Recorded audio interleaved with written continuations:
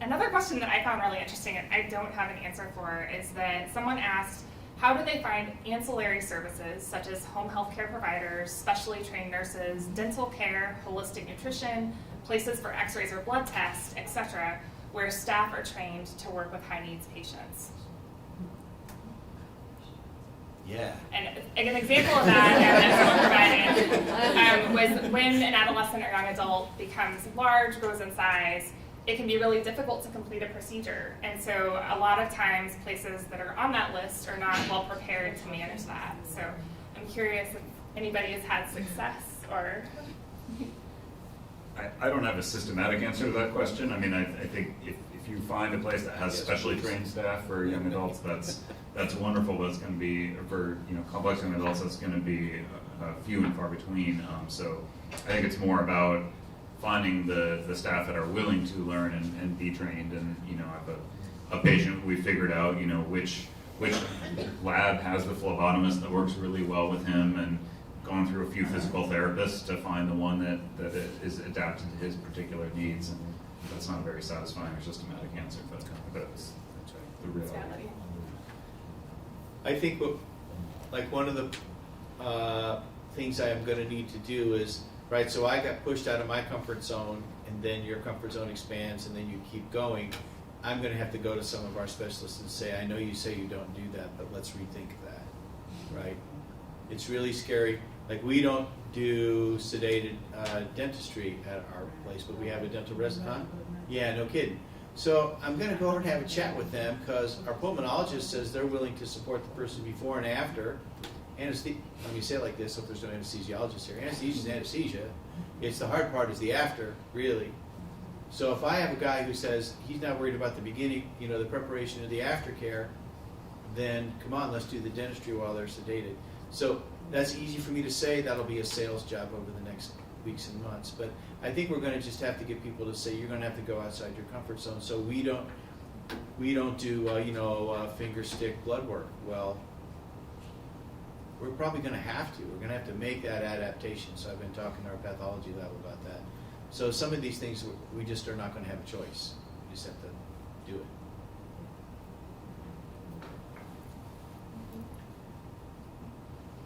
No, and I'm assuming that since we're talking about transition, most of the folks here are older, but that's the only, I've sort of tried to change to talk to parents now, because they always say, well, I only want him to be sedated to get blood work.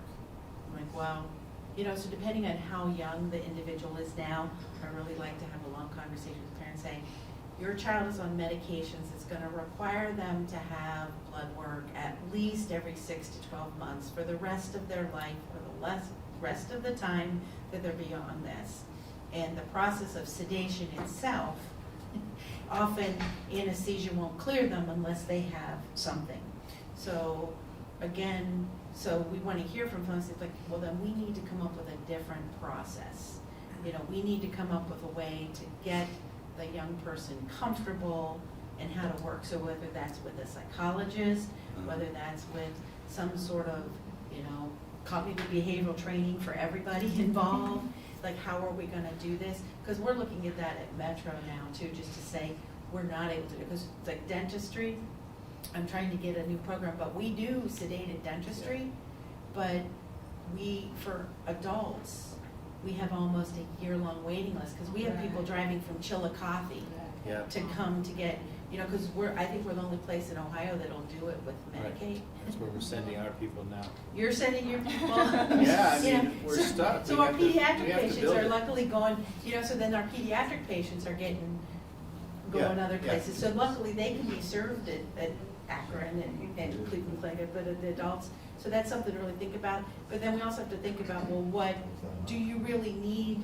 What do you want? Do you want to do a deep cleaning or what's there? So it's really important to sort of talk about dental, and that we didn't think about that, but that's that, and eye too.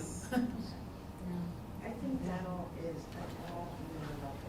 No, please. It's probably one of the most important things that we are having as our young adults are transitioning into adulthood.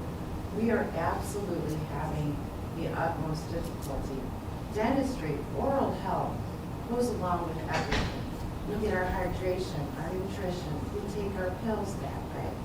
If our young adults going into adulthood is in the section where we can't get them to be seen by an adult dental clinic because there's a year wait.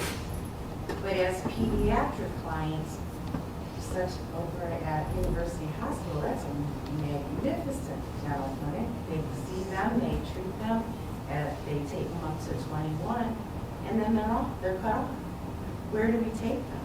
Right. We don't have an answer for that.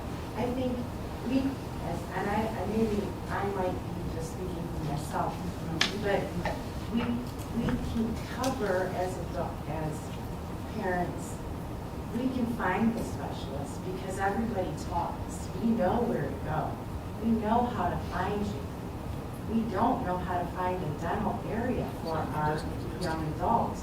And that's unfortunate because oral health is the basis of getting our nutrition, our hydration into our individuals who are already immune compromised.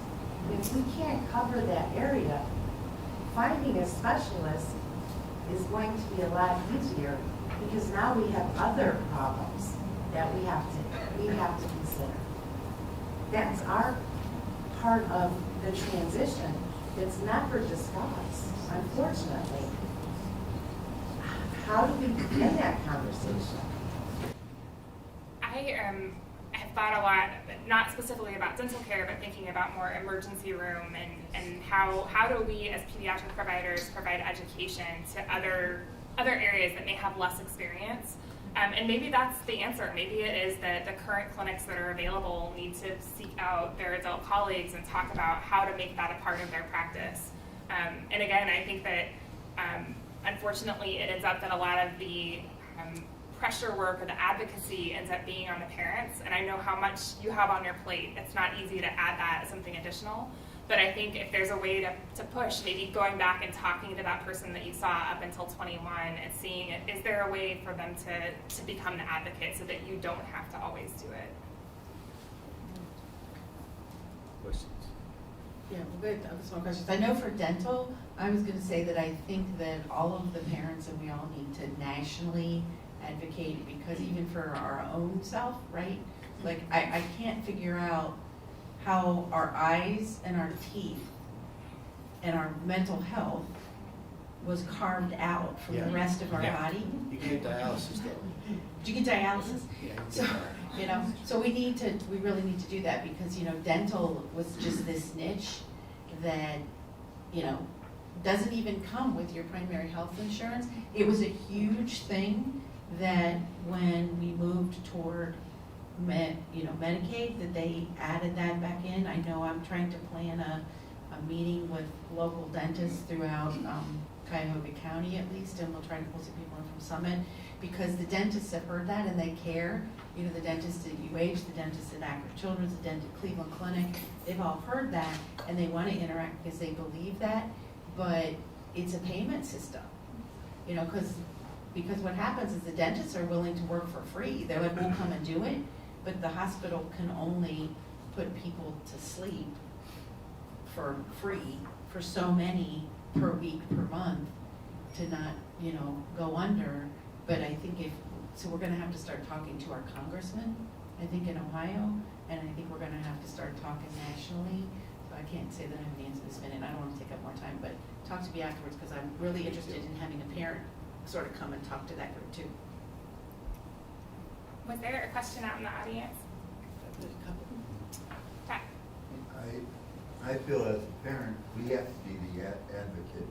And when we go see a doctor, the first thing we do is, if we go into an emergency situation, is say right away, oh, my son's Down syndrome, he's not verbal, he understands, he'll answer with a yes and no, and you have to go slow with him. And if you become his friend, he trusts you. If you order him, he'll fight back. And that's the way, a doctor has to realize it too. you know, the old type of doctor used to tell you what to do, you know, and that's the way it was.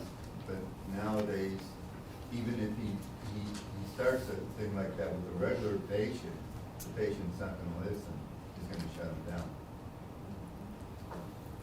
Do you find that most physicians listen to you? Do you find that they take Yeah. that advice? Good. That's good to hear. I know, just to come back to that, I think that the caregiver role requires a lot of energy and it is exhausting. I think that it over time just becomes really difficult and I think there's aspects that are scary, like what happens if for some reason he's doing an activity and goes to the hospital without you, something like that, you're not there at that moment to provide that education, I think ends up being something that can be really, really scary. Yeah. Is there a section in the medical record that would say their special needs or something, if they would go by themselves? In our electronic record, right in the front, you can put comments. So people will, different practices, different things. But I know in ours, we will use those comments and we'll say, oh, okay to talk to the parents.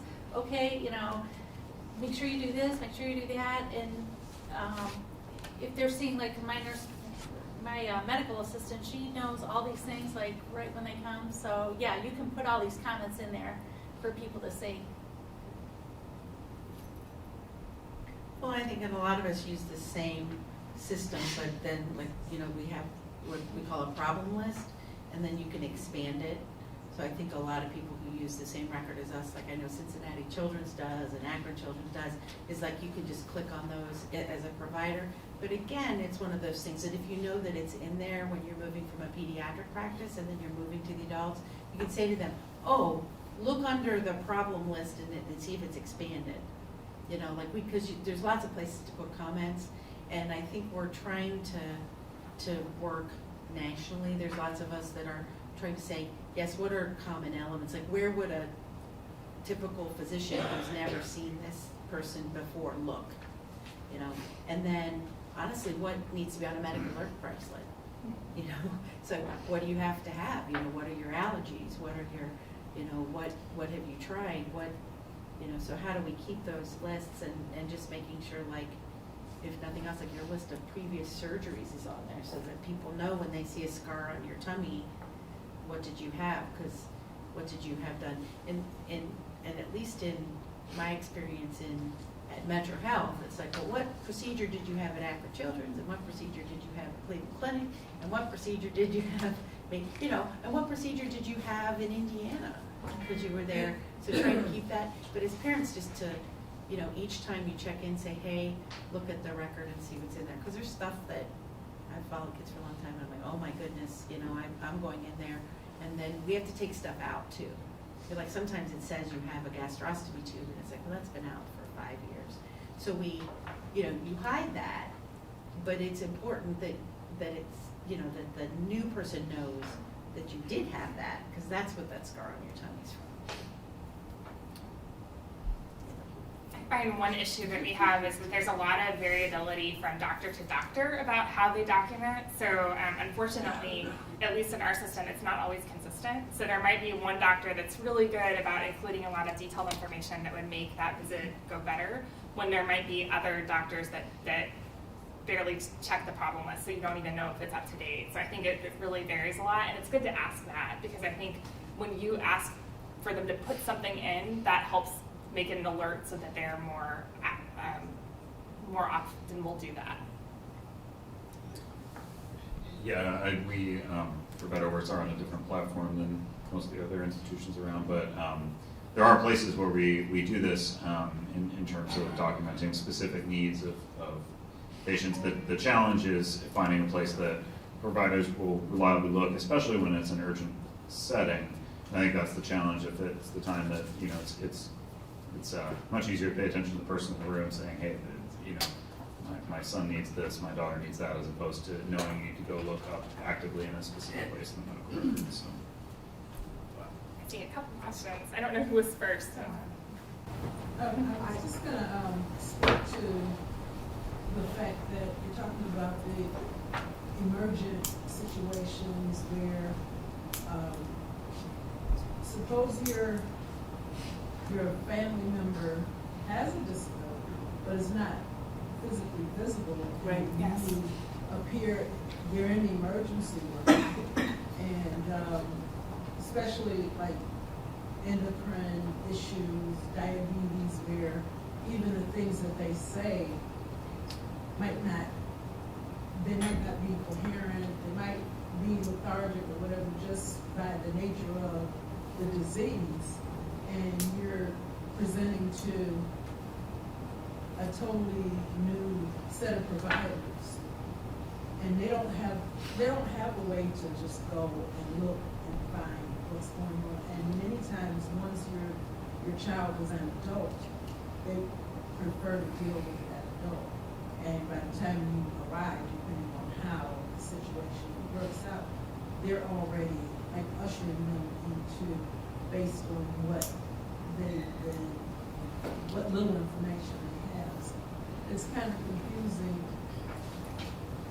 and that's like, I don't know, that's like a very troublesome situation for a parent. But what can we do to kind of ensure that information is being made available in emergent room situations? I do think that there's value in the medical identification, and they actually have like jewelry, so it's not all like you can pick and choose things that might be that a young adult would be interested to wear, I guess. Yeah, I think there is some value to having your allergies listed, but also that you have diabetes, and, you know, and for some individuals, honestly, that says you have autism, Yeah. you know? Or call this number, right? Yeah. I would say this though, to put your mind at ease, like when we do our training, we are trained to be able to come up on somebody who cannot tell you what is Right. going on, Right. and to go through a process of figuring it out quickly, knowing what's emergent What's and like knowing what to finding. do. Whether you could tell us or you couldn't tell us, that's what they train us to do. So you don't have to worry, are we gonna figure out that you have diabetes? Because we have a process. Right. If you showed up and you could not tell us a word of how we figure out what we figure out. So Right, did you have a seizure or whatever? Yeah, like if you present like nonverbal, you know, Unresponsive. unresponsive, there's a very clear process to the emergency room for that. But there are some things that you can do to help yourself. Yeah, that's not a problem unique to young adults.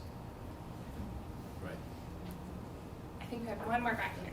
And I'm right along with that exact same question. I've always, one of my biggest fears has been my child's nonverbal, and what if we were in a car accident?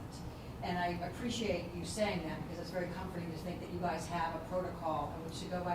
I've always wondered why we don't have like some type of a national system. I don't know, like whether it be on their wheelchair, or my child's not, you know, is not ambulatory as well. There's some kind of a, I just am afraid that if it's there, how are they gonna know to look for it? Because they're gonna be rushing him, and I don't know, I just wish that there was like some kind of a. I think, I just recently learned that there is a way you can put your name on a registry in the state of Ohio, where, you know, if the police came up on your car, they would know, like, there is somebody in this car who's nonverbal, or who has autism, or who has a special need. And I want to say it's through, is it through ODD? And you can put your name on this registry, and so they will know. Yeah, Okay, yeah. thank you.